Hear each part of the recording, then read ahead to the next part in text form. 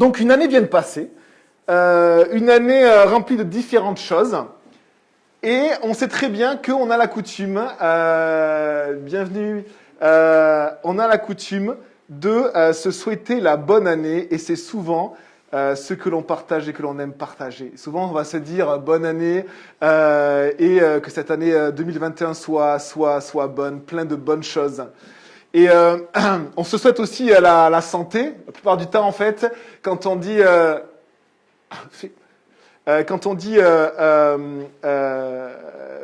bonne année, souvent on rajoute et surtout la santé. On sait que sans la santé, c'est souvent compliqué et on met quand même au-dessus de tout ce qu'on peut avoir la santé. On met quand même des choses un peu précieuses par-dessus.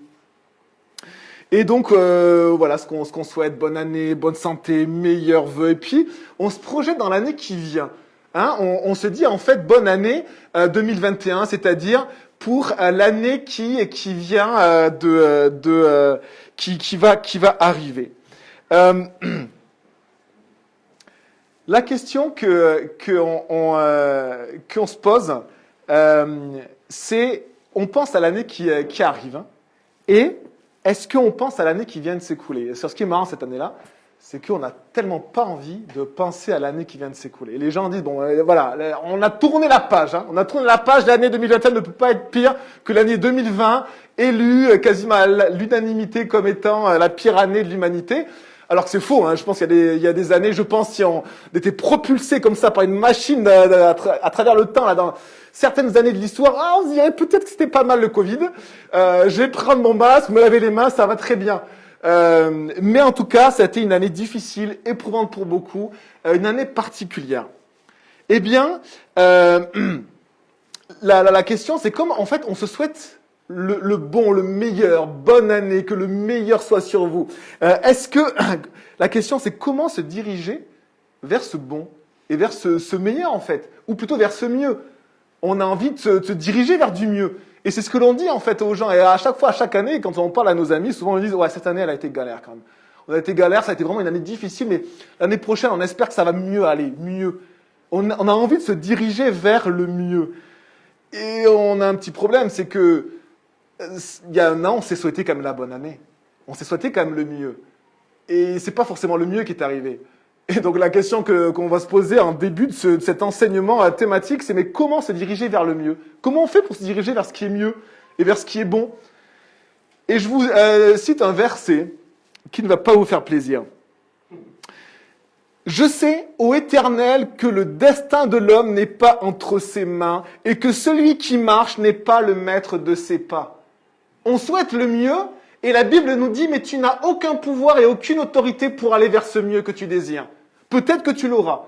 Peut-être que le chemin te sera ouvert. Et certaines personnes vont mettre tous leurs efforts pour avoir du mieux, pour avoir du bon dans leur vie et certains vont arriver à certains objectifs. Et on sait la palette énorme d'outils qu'on nous propose actuellement, que ça soit dans la méditation pour être bien dans sa vie, que ça soit dans le coaching personnel, le but étant d'être bien et d'aller vers nos objectifs. Peut-être que certains chemins seront ouverts, mais parfois, quels que soient nos efforts, le chemin est fermé. Parce qu'il y a certaines choses qui ne sont pas entre les mains de l'homme. Il y a certaines choses qui ne sont pas entre les mains de l'homme. Et je pensais par exemple à ceux qui sont un peu nos modèles ou nos fantasmes de réussite. Les stars, les acteurs, les footballeurs professionnels. Et on va se dire, waouh, mais on aimerait parfois être comme certains d'entre eux, avoir ce succès-là. Mais pour un acteur qui a réussi, combien était là, quelle était la longueur de la file d'attente pour qu'une sur peut-être des centaines et des milliers réussissent? Et qui avait sûrement le même talent. Pourquoi elle, le chemin lui a été ouvert et les autres, le chemin a été fermé? On pense aux footballeurs, je pense à Neymar, je pense à Mbappé, on se dit, mais pour eux, ils ont eu un talent de malade. Mais combien ont eu un talent également de malade? Ils ont eu une blessure et leur carrière s'est terminée. Le chemin a été fermé. Il y a des choses dans nos vies pour lesquelles l'homme n'a aucune autorité, n'a aucun pouvoir. Parfois, le chemin est ouvert et parfois, le chemin est fermé pour ce mieux que l'on souhaite. Et je vous lis simplement une autre traduction de ce verset que je vous ai cité. L'être humain n'a pas autorité sur la voie qu'il suit. On n'a pas l'autorité de dire, moi je vais aller là-bas et je sais que j'irai. Non, parce que des fois, on n'y arrive pas. Et des fois, la porte est fermée, on se prend un mur, on tombe et on n'arrive jamais à destination. Parce qu'il y a des choses entre les mains de l'homme, il y a des choses, qui ne sont pas entre les mains de l'homme. Et l'homme, malgré tout le talent qu'il a, tout le travail, malgré tout, peut avoir une porte fermée et n'a aucun pouvoir pour l'ouvrir. Et donc, le mieux que l'on souhaite chaque année, eh bien, cette année, on a réalisé qu'on avait tous souhaité le mieux. Il y a des sketchs qui ont été faits sur dire on arrête de se souhaiter la bonne année, maintenant ça suffit ces histoires, parce qu'on n'a pas le pouvoir de faire le mieux. On n'a pas le pouvoir de créer le mieux chez les gens. Nos paroles n'ont pas le pouvoir. Je vais vous souhaiter la santé. Eh bien, cette année, on a eu des amis qui ont eu un cancer. Et peut-être qu'on leur a souhaité la santé. On te souhaite la santé, surtout la santé, mon ami. Surtout la santé. Et nos paroles n'ont pas ce pouvoir ni cette autorité. Et on commence comme ça par la parole de Dieu. Je sais, ô Éternel, que le destin de l'homme n'est pas entre ses mains. Et que celui qui marche n'est pas le maître de ses pas. L'être humain n'a pas autorité sur la voie qu'il suit. Malgré tout ce que l'homme peut faire, sa destination dépend aussi d'éléments sur lesquels il n'a aucun pouvoir.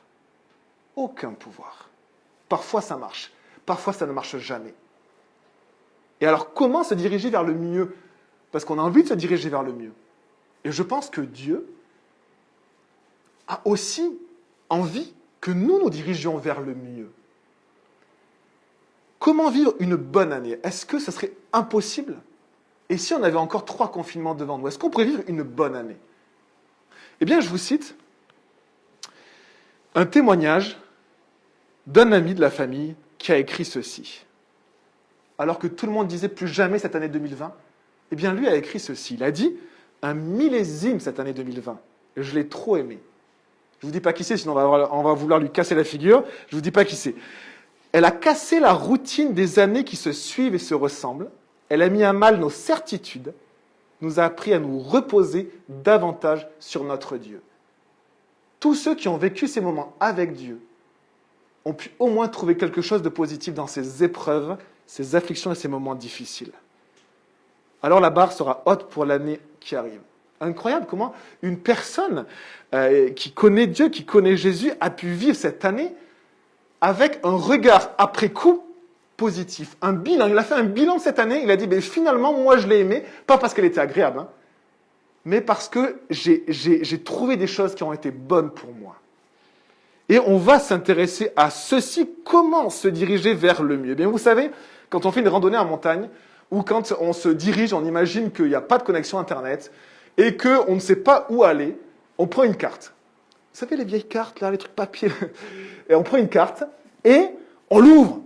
Et il y a des dessins, je vous montrerai, c'est un truc énorme, surtout pour les jeunes, je vous montrerai des cartes routières, et on se dit, mais où on est? Et pour savoir où on est, il faut se souvenir du chemin que l'on a parcouru.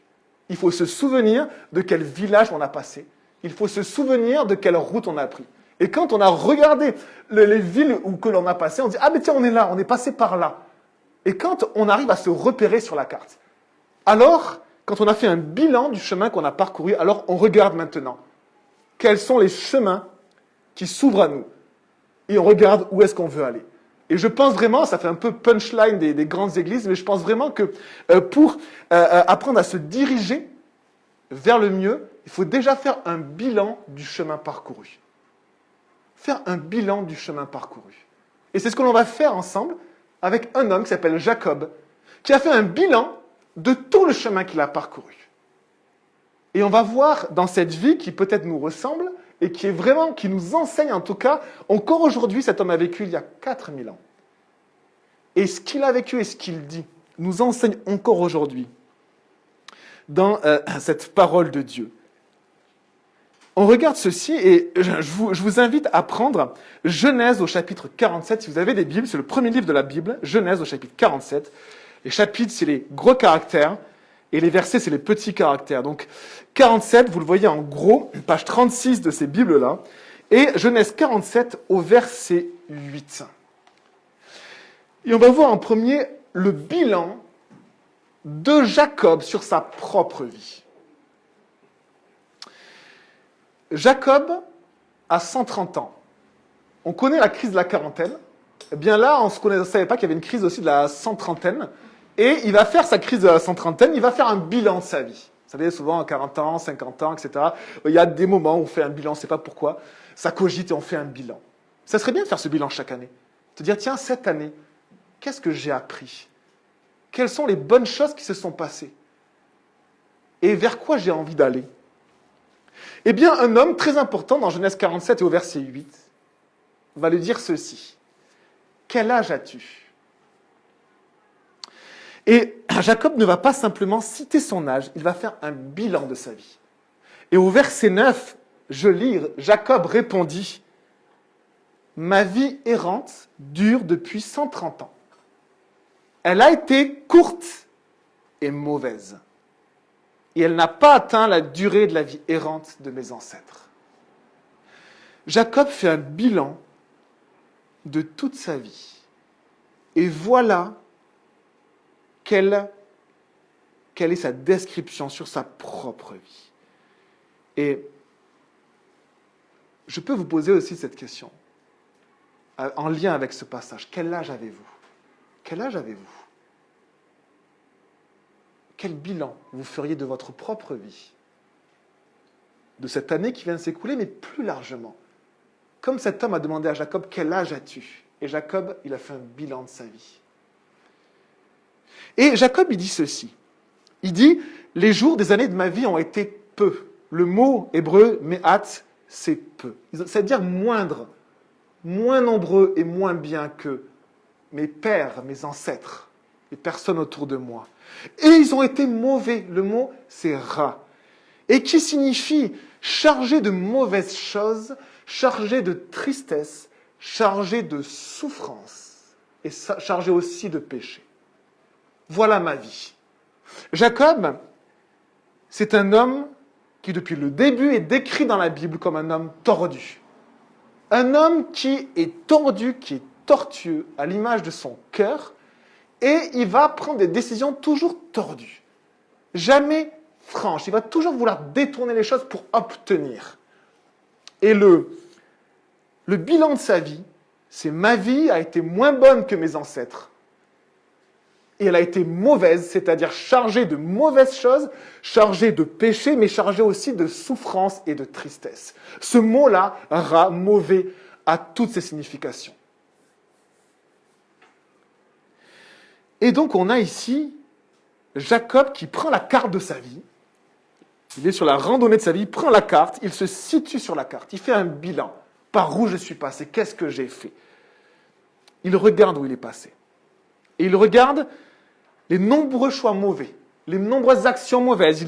Il se souvient de ça, il voit toutes les conséquences négatives. Si vous connaissez un petit peu votre Bible et vous connaissez la vie de Jacob, eh bien tellement de choses viennent à nos têtes. Cet homme a vécu tellement de choses difficiles, mais aussi qui sont les conséquences de choix inconsidérés ou de vouloir obtenir par lui-même ce que Dieu voulait pourtant lui donner.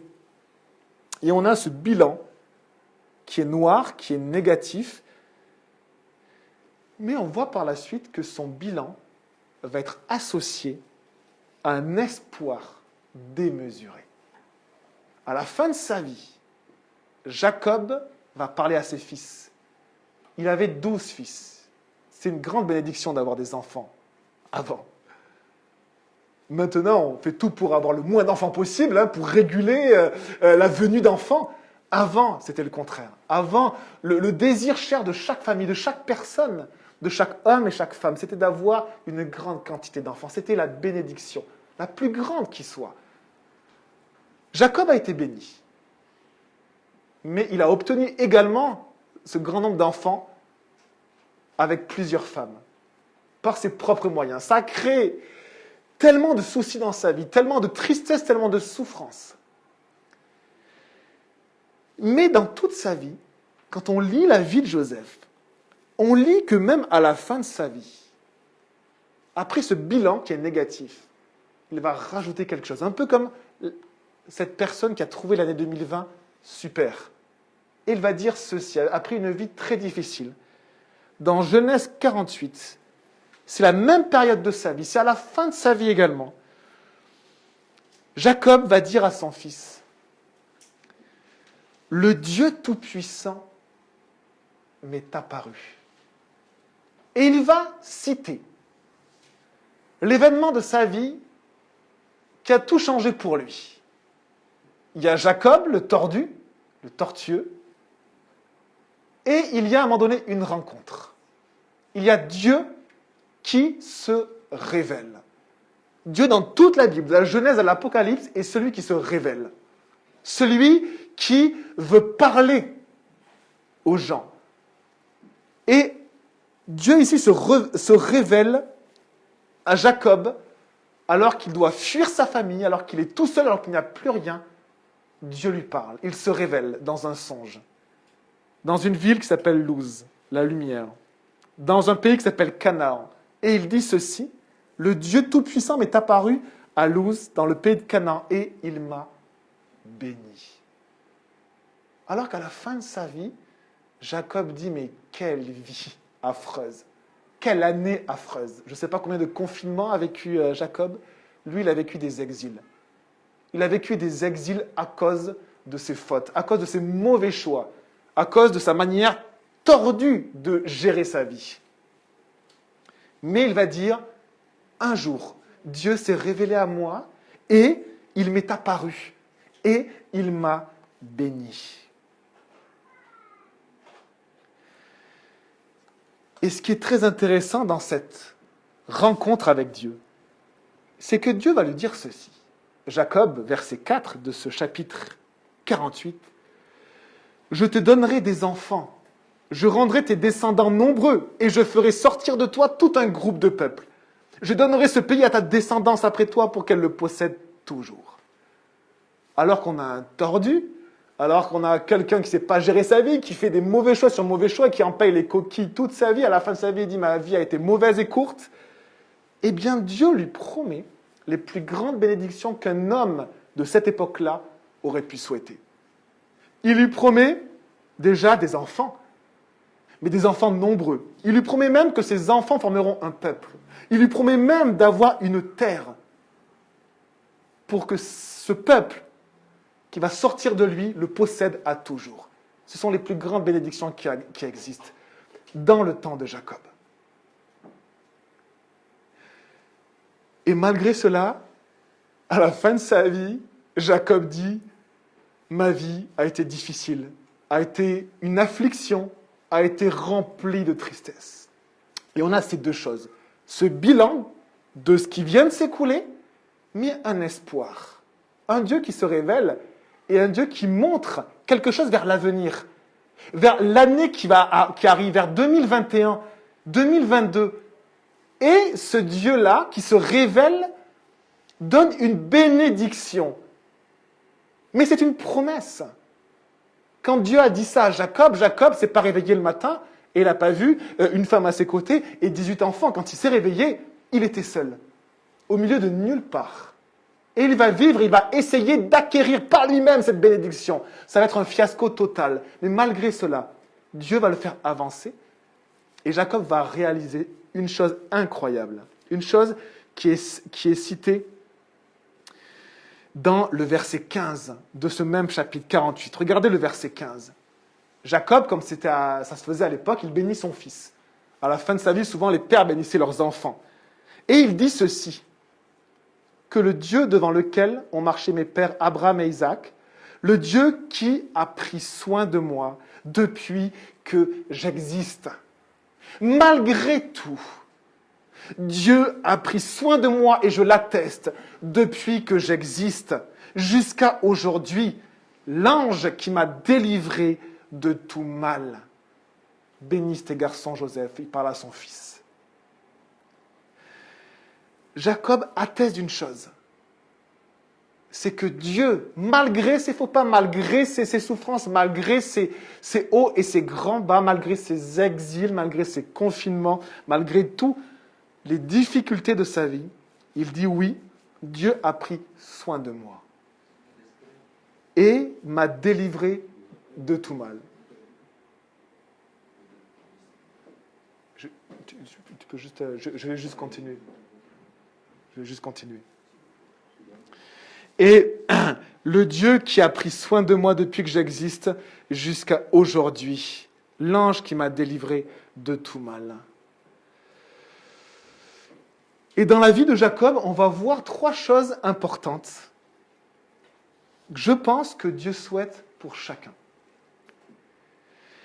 Dieu a appelé Jacob à Luz au début de sa vie. Et après, on voit que Dieu lui a parlé.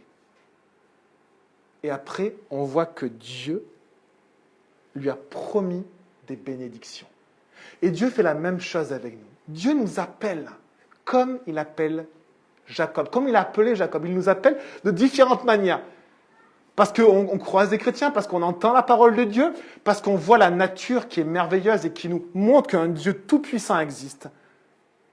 Ou parce qu'on vit des événements, une naissance, parfois malheureusement un deuil ou des moments difficiles, Dieu nous parle et nous appelle. Et après, Dieu veut nous parler, comme face à face. Et il a fait avec Jacob, il lui a parlé. Et Dieu promet et propose des bénédictions incroyables, des choses bonnes pour notre vie et pour la vie qui suit. Et Dieu le fait. Et Dieu le fait aujourd'hui. Et il promet ceci. Et je pense que la bonne année de Dieu est tellement meilleure que la bonne année que nous, on peut se souhaiter. Parce que vous savez, la différence entre Dieu et nous, c'est que nous n'avons aucune autorité. Et que Dieu, nous n'avons aucune autorité sur notre vie. Mais Dieu, quand il parle, il a cette autorité-là pour changer les choses. Je vais juste boire.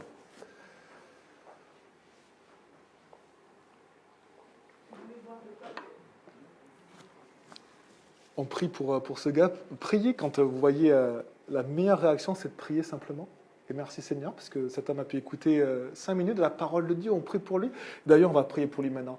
Seigneur Jésus, merci pour ta parole. Merci Seigneur, parce que ce lieu est un lieu ouvert où les gens peuvent rentrer, peuvent simplement écouter un morceau de ta parole. On te demande simplement de toucher sa vie, de le libérer de ses chaînes, de transformer son cœur, Seigneur. Merci Jésus pour lui. Amen.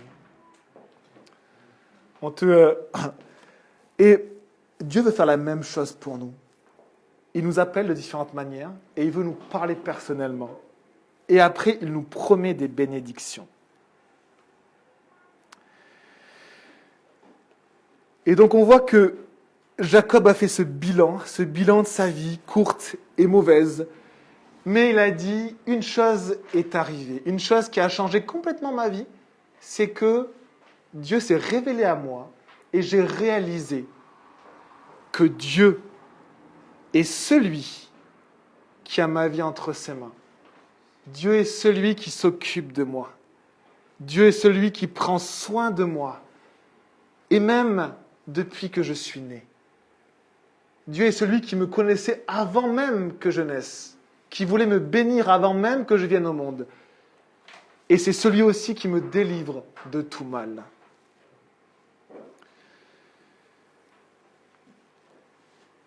Et on va voir, et on va continuer dans cette vie de Jacob, parce que la fin de vie de Jacob est incroyable.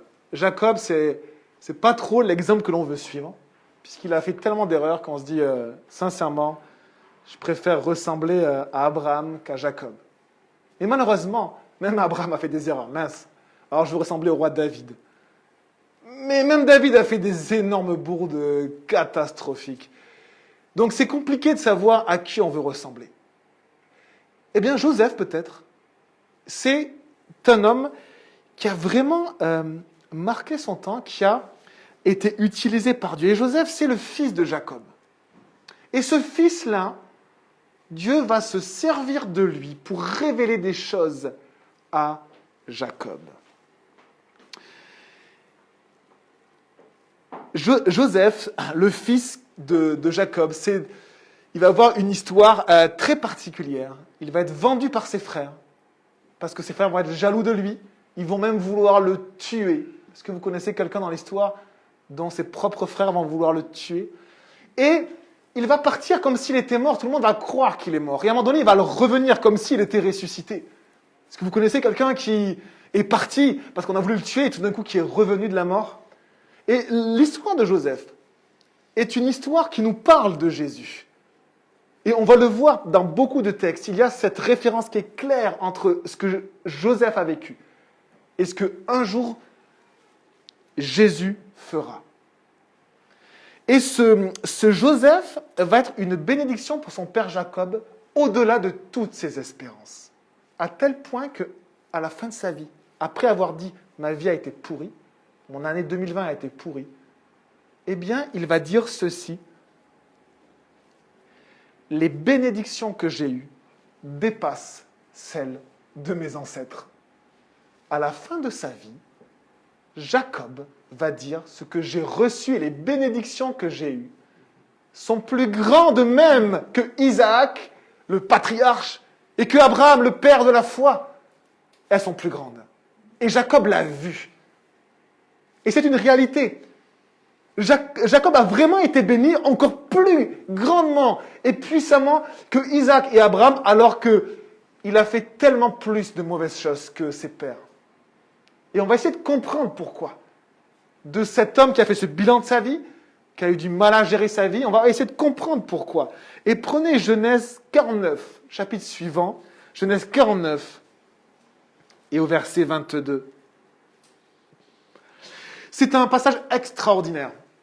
Jacob, rempli du Saint-Esprit, va parler à chacun de ses fils. Il a 12 fils et il va donner des prophéties. Il va bénir par l'Esprit de Dieu. Et tous ces hommes qui deviendront des tribus, les 12 tribus d'Israël, eh bien, vont avoir cette prophétie sur eux, des choses qui se passeront dans l'avenir. Et voilà ce qu'il dit à Joseph, verset 22. Joseph est le rejeton d'un arbre fertile. Un rejeton, c'est comme une greffe. C'est quelque chose qu'on a ajouté.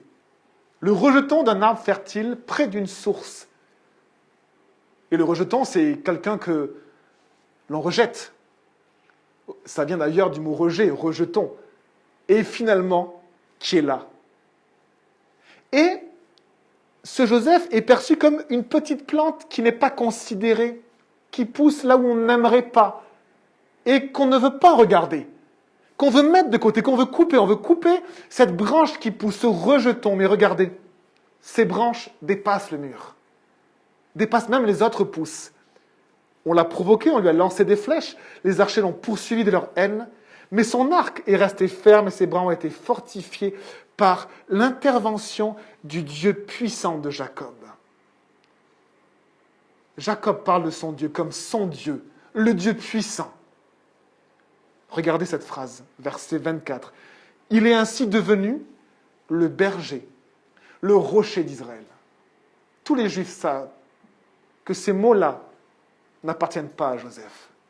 Ces mots-là désignent deux personnes. Le berger d'Israël, c'est Dieu. Le rocher d'Israël, c'est Dieu. Mais le berger d'Israël, c'est aussi le Messie. Et le rocher d'Israël, c'est aussi le Messie. Et parce qu'il a vécu avec Joseph, Jacob va réaliser que ce fils-là va être la source de toutes ces bénédictions. Une source incroyable, d'où va jaillir une bonté incroyable, une vie meilleure, des choses meilleures, du mieux. Et Jacob, à ce moment-là, après avoir fait le bilan de sa vie, il a trouvé un chemin pour aller vers ce qui est mieux. Et Dieu lui a montré ce chemin. Et ce chemin, c'est son fils qui a été rejeté, qui était mort, il pensait, et qui est revenu à la vie parce qu'il était vivant finalement. Ce fils-là est la source de toutes les bénédictions de Jacob. Alors Jacob s'écrit à la fin de sa vie. Il a 147 ans. À la fin de sa vie, il dit, verset 26, « Les bénédictions de ton père dépassent celles de ses ancêtres.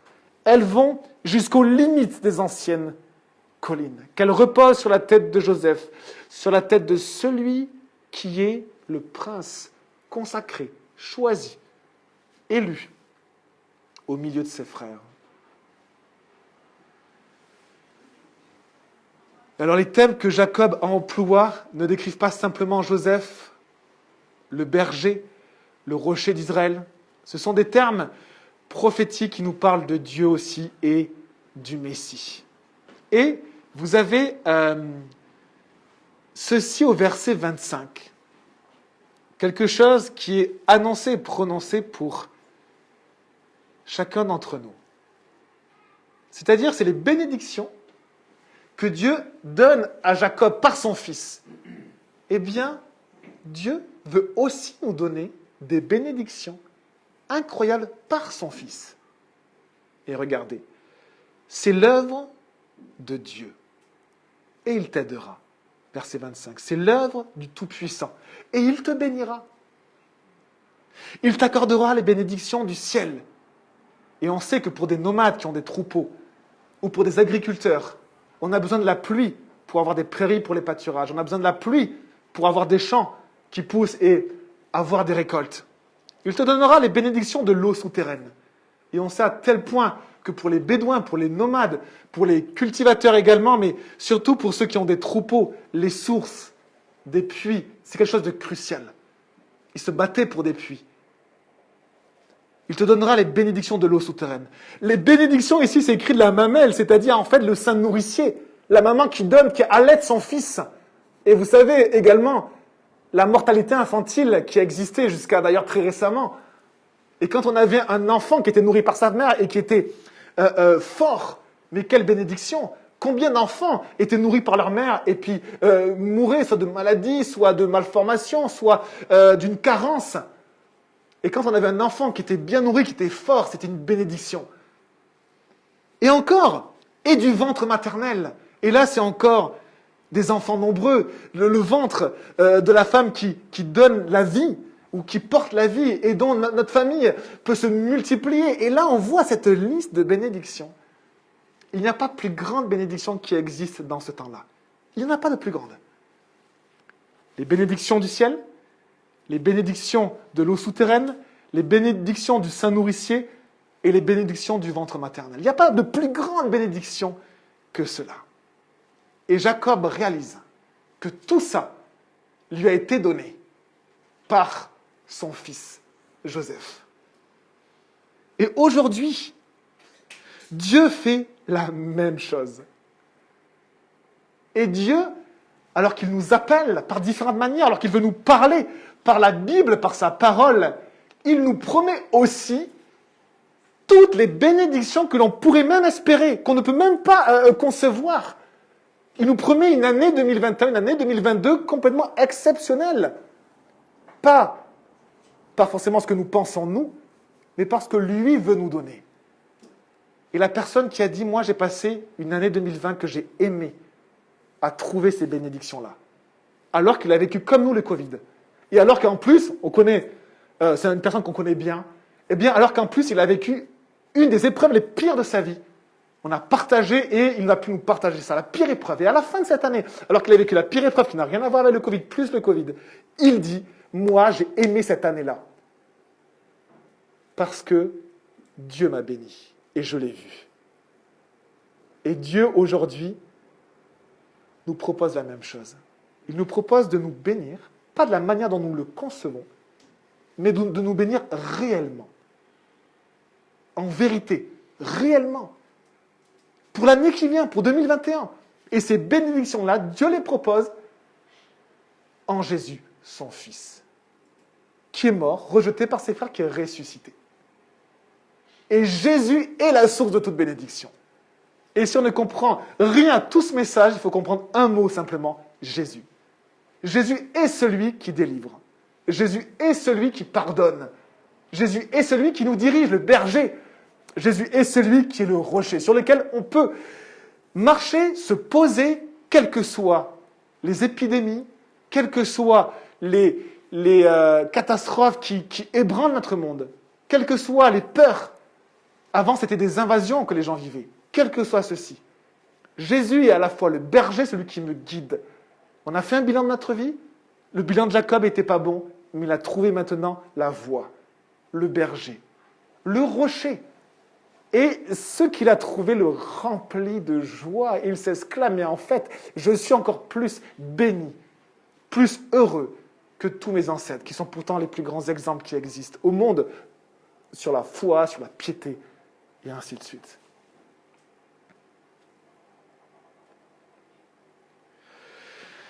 Et on va finir avec ces phrases-là et après on va prier. Jacob a pris une décision dans sa vie qui a été bonne. Il y en a au moins une, parce que les autres, si vous connaissez sa vie, c'était pas génial. Et sa décision, ça a été de dire, mais ok, tu t'es révélé à moi, Seigneur, tu m'as parlé, je l'ai senti, je l'ai vu, j'ai vu que Dieu m'a parlé. Et il a dit, ok, je vais t'obéir, Seigneur. Je veux t'obéir, je veux t'écouter, mais par contre, bénis-moi. Et Jacob était un peu comme ça. On a l'impression qu'il fait un contrat avec Dieu, alors qu'il ne réalise pas qu'en fait Dieu est Dieu. Mais il dit, ok, je vais t'obéir, par contre, bénis-moi. Et à la fin de sa vie, il dit, pas mes choix, pas mon mérite, pas mes actions, mais la bénédiction de Dieu dépasse tout ce que j'ai pu penser et même imaginer. Est-ce que vous êtes arrivé de réaliser chaque année que Dieu vous avait fait vivre des bonnes choses? Et de réaliser, malgré les épreuves, malgré les moments où on était au fond du trou, mais de réaliser que Dieu nous a fait avancer. Et de dire, waouh, mais vraiment, Dieu m'a fait vivre des choses incroyables. Et je ne pense pas que l'année prochaine, je vais pouvoir vivre un truc aussi bien. Et l'année suivante, mais c'est pareil ou mieux. Parce que Dieu est avec vous, il vous fait avancer. Et vous vivez des choses incroyables avec lui. Parce que la bénédiction n'est pas dans ce que nous on voit, dans ce que nous on veut, mais elle est en Jésus. Toutes bénédictions sont en Jésus. Et à la fin de l'année, vous dites, oh, merci Seigneur, vraiment tu m'as béni, je vois que, waouh, j'ai grandi, j'ai laissé des choses, j'ai été libéré des choses, et puis, waouh, je pense que je ne pourrais pas vivre mieux. Et puis l'année suivante, c'est pareil en fait. Malgré les épreuves, malgré les difficultés. Alors je vous souhaite une bonne année 2021. Une bonne année 2021 en Jésus. Toute bénédiction est en lui, les amis. Soyez bénis, on va prier, on aura un dernier chant. Seigneur Jésus, tu es bon. Ta bonté demeurera toujours. Transforme nos vies, Seigneur. Saint-Esprit, remplis-nous de toi. Aide-nous à lâcher nos péchés, le mal qu'on a fait, juste à te parler, de dire, ok, Jésus, viens, remplis-nous de toi. Jésus, viens. Jésus, viens. Jésus-Christ, viens. Seigneur, s'il te plaît, bénis. Bénis les enfants, bénis les adultes, bénis les adolescents. Bénis nos choix, bénis notre chemin. Tu es le berger qui nous conduit, tu es le rocher sur lequel on peut avoir une base solide. Merci Seigneur. Bénis. Et on te remercie parce que tu es celui qui parle, qui nous appelle et qui veut nous bénir. Alors on vient près de toi et on te dit Seigneur, bénis-nous Seigneur Jésus, s'il te plaît, en toi, par toi, bénis-nous pour cette année qui arrive. Merci Jésus. Sois loué.